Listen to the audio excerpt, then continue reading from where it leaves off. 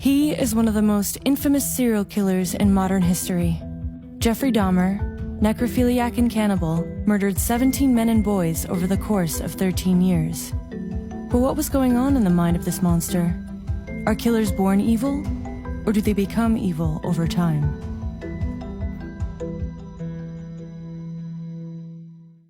My name is Dr. Eric Hickey. I'm a criminal psychologist by trade, and my areas of expertise are homicide, sex crime, and psychopathology. I work on the dark side, pretty much.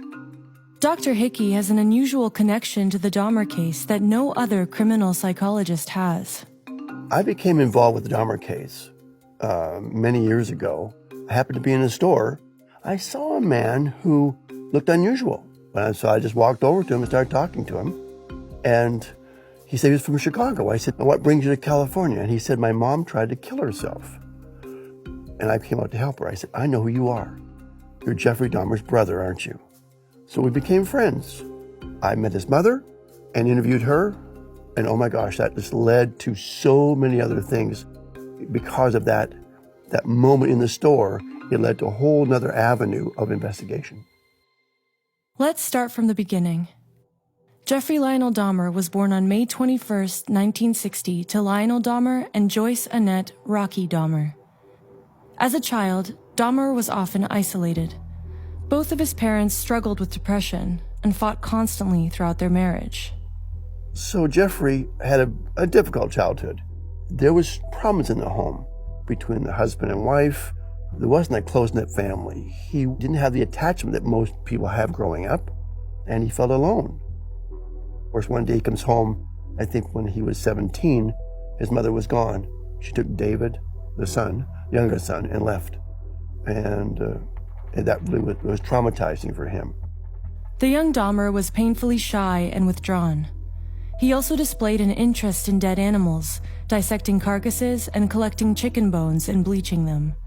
He stated that this process excited him. This is not uncommon with any child that experiences trauma, and it's certainly a common trait among many serial killers. When we talk about animal abuse, setting fires, these are results of childhood trauma, lack of attachment. Children can't express themselves. They can't tell you what's really bothering them, so they'll often set fires or hurt animals. That's their voice. This is a cry for help. The piece that we never talk about is the fantasies that fuel the fire.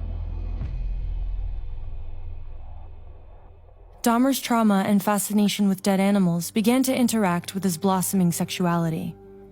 He became obsessed with having control and power. It was also around this time that he realized he was gay, which made him feel ashamed and confused. He really was very conflicted as well. He was lonely, conflicted, had lack of attachment. All these things kind of set the groundwork for where he would go. It's a very interesting process because it wasn't one day he just woke up and said, "I'm going to be a killer." I mean, he built into that over the period of several years. As you recall, in this case, he had fantasies about killing a young man. Over time, fantasies become behavior. Started having obsessive thoughts of violence intermingled with sex. And it just got worse and worse. I didn't know how to tell anyone about it, so I didn't. I just kept it all inside. He had a desire to be with someone who had been buried. So in paraphilic terms, he had this sexual fantasy about being with someone who was unconscious.